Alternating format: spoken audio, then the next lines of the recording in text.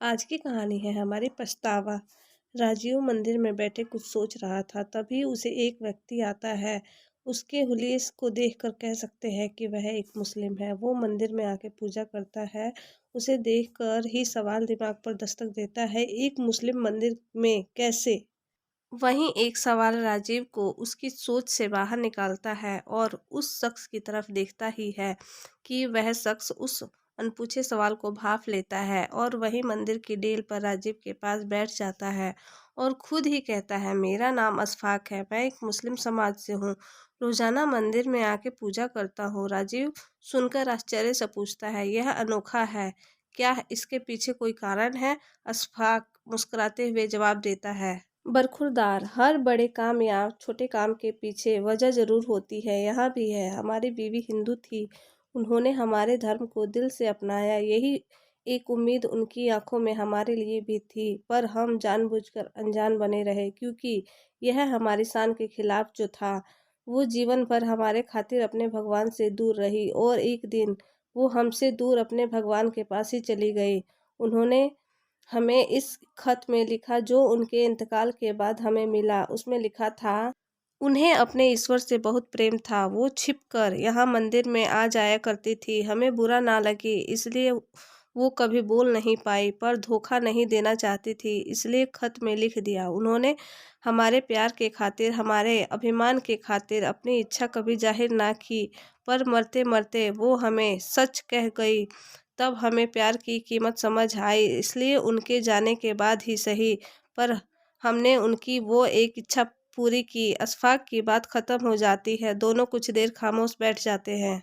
अशफाक की बातों से राजीव के चेहरे पर एक बेचैनी सी है, जिसे देखकर अशफाक राजीव से पूछता है, जनाब आप कुछ परेशान से लग रहे हो। राजीव कुछ असहज सा हो जाता है और कहता है, नहीं ऐसा कुछ नहीं है। अशफाक कहता है, बरखुरदार, आपकी बेचैनी देखकर कह सकता हूँ कि आप किसी सच से भाग रहे हो। राजीव तेजी से वहां से उठकर जाने लगता है, जैसे अशफाक ने उसकी कोई चीज पकड़ ली हो। अशफाक उसे रोकता है, पर राजीव तेजी से वहां से निकलकर अपनी कार में बैठकर चला जाता है। राजीव के दिमाग में अशफाक की सारी बातें घूमने लगती हैं। राजीव को रात भर नींद नहीं आती। सुबह होते ही वह फिर से उस मंदिर में जाकर बैठ जाता है। फिर से उसकी मुलाकात अशफाक से होती है। अशफाक राजीव के पास आकर बैठ जाता है। अशफाक समझ रहा है कि राजीव उससे कुछ कहना चाहता है, पर अशफाक चाहता है राजीव खुद अपने अभिमान को तोड़कर सच को उसके सामने रखे, जिसे वह भाग रहा है। पर वही राजवीर चाहता है अशफाक उससे आगे से सवाल करे, पर राजीव कुछ नहीं बोल पाता। 2-3 दिनों तक यही चलता रहता है। आखिरकार एक दिन राजीव खामोशी तोड़कर बोलता है, असल में मेरी नौकरी में थोड़ी सी दिक्कत है, बस इसलिए परेशान हूँ। अशफाक जोर जोर से हंसने लगता है। बरखुरदार, इतने दिनों बाद अपनी खामोशी तोड़ी, वो भी झूठ बोलने के लिए? मियाँ, हमारे बाल धूप में सफ़ेद नहीं हुए हैं। आपका चेहरा साफ कह रहा है आप खुद से खफा है। खुद की गलती मानने की हिम्मत नहीं है आप में। आप इस पुरुष प्रधान समाज के वही पुरुष हैं जो अपने मन रूपी अकड़ में इतने जकड़ गए कि सच को स्वीकार नहीं कर पाते। अशफाक राजीव को उसके ही असली रूप की पहचान कराता है। राजीव के दिल पर एक बोझ है जिसे वह खुद से भी खुलकर नहीं कह पाया, और आज वह अपने जीवन में उस एक पहलू को अशफाक के सामने रखता है और कहता है, मैं एक मॉडर्न लड़की से शादी करना चाहता था, पर मेरे माता पिता मेरी शादी गांव की लड़की शिखा से करवा दी। मैं उससे ठीक से बात तक नहीं करता था और वह मेरे परिवार में ऐसे घुल मिल गई थी।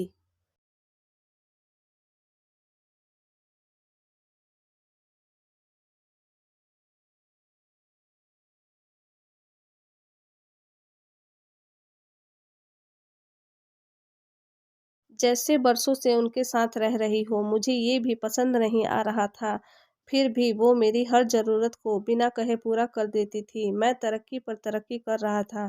मुझे अपने आप पर बहुत अभिमान था। एक दिन नशे में धुत घर आकर मैंने शिखा के साथ बदसलूकी की। मैंने कहा, तुम मेरी ज़िंदगी की सबसे बड़ी गलती हो। शर्म आती है मुझे जब तुम्हें पत्नी कहना पड़ता है। मैं बोलता ही गया, और शिखा के लिए यह सब कुछ नया नहीं था। मेरे माता-पिता के लिए यह एक कड़वे घूँट के समान था। बिना मुझसे बात किए वह शिखा को अपने साथ ले गए। मैंने भी ऐसे बिहेव किया जैसे मुझे काले पानी की सज़ा से मुक्ति मिल गई हो। जाते वक़्त शिखा ने मेरी मेज़ पर एक डायरी रख दी थी, जिससे मेरी सारी ज़रूरत की लिस्ट थी। यह देखकर मुझे गुस्सा आ गया। क्या समझती है वह खुद को? मैं क्या उस पे डिपेंड करता हूँ? फिर भी मैंने सोचा, मैं क्यों चिढ़ रहा हूँ? वो तो गई, गँवार अब चली गई। मैं आज़ाद हूँ। ऐसा सोच के मैं ऑफ़िस चला गया। ऑफ़िस में लंच ब्रेक में जैसे ही टिफ़िन खोला, मैंने उस महक को मिस किया जो रोज़ाना मेरे थके चेहरे पर मुस्कान बिखेर देती थी। एक पल के लिए मुझे एक अजीब-सी कमी महसूस हुई, पर उस वक़्त मुझे अपनी आज़ादी का गुमान ज़्यादा था। समय गुज़र रहा था, मैं अपनी हर ज़रूरत के लिए डायरी पर डिपेंड करता था। कमी का कुछ एहसास तो था, पर मेरा ईगो मेरे सामने आ जाता और मैं फिर भी अकड़ से जीने लगता। मैं परेशान हो गया था। अब मेरा वर्किंग परफॉर्मेंस बिगड़ने लगा था, हमेशा अपनी प्रोग्रेस के लिए खुद को सारा क्रेडिट देता था।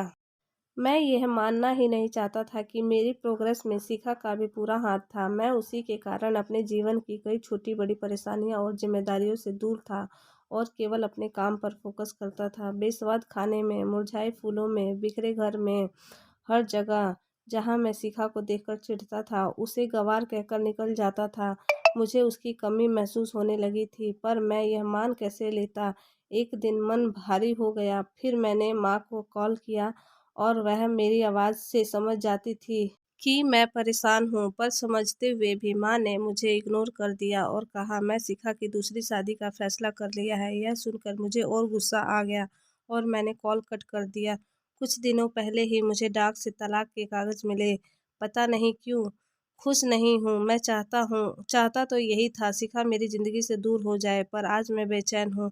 अशफाक थोड़ी देर रुककर कहता है, अब तुम क्या सोच रहे हो? राजीव कहता है, मुझे शिखा बहुत प्यार करती थी, तो कैसे दूसरी शादी के लिए सोच भी सकती है? अशफाक कहता है, वाह मियाँ, क्या अब भी वह आपसे पूछेगी कि मैं आगे बढ़ूँ या नहीं? आज जब आपको उसकी अहमियत का पता चल गई है, तब भी उससे कहने में झिझक रहे हो। सब कुछ आपके सामने है, फिर भी माफ़ी माँगने में खुद को छोटा महसूस कर रहे हो। समझ लो, अगर अब भी ईगो में रहे तो फिर मौका नहीं मिलेगा। दोस्तों, आदमी यह ईगो से ही अपनी ज़िंदगी को हरा देता है। राजीव सब जानता है, पर उसके अहम के कारण वो शिखा से बात नहीं कर पा रहा था। शायद उसे यह भी डर था कि शिखा उसे ना ना कह दे। अशफाक राजीव को झंझोर कर कहता है, जब मैं अशफाक होकर मरी हुई बीवी के खातिर मंदिर जा सकता हूँ, तो तुम यह सच स्वीकार क्यों क्यों नहीं कर सकते? राजीव को अशफाक की बात दिल पर लग जाती है और वह कॉल तो नहीं, पर शिखा को एक मैसेज करता है। मैसेज डिलीवर होते ही उधर से कॉल आ जाता है। दोनों के बीच लंबी बात होती है और यह एक लंबा कॉल दोनों को आपस में मिला देता है। दोस्तों, एक मैसेज के बाद शिखा एक पल भी नहीं रुकती और कॉल कर देती है। यह एक औरत का दिल है जो जिससे प्यार करती है, उसे कभी नहीं झुकाती, और यही एक आदमी का दिल है जो हर औरत को झुकाता है जो उससे प्यार करती है। तो फ्रेंड्स, कहानी से शिक्षा हम सबको लेनी चाहिए, वो चाहे बच्चा हो या बूढ़ा। कहानी से शिक्षा हम सबको बहुत ज़्यादा प्रेरित करती है।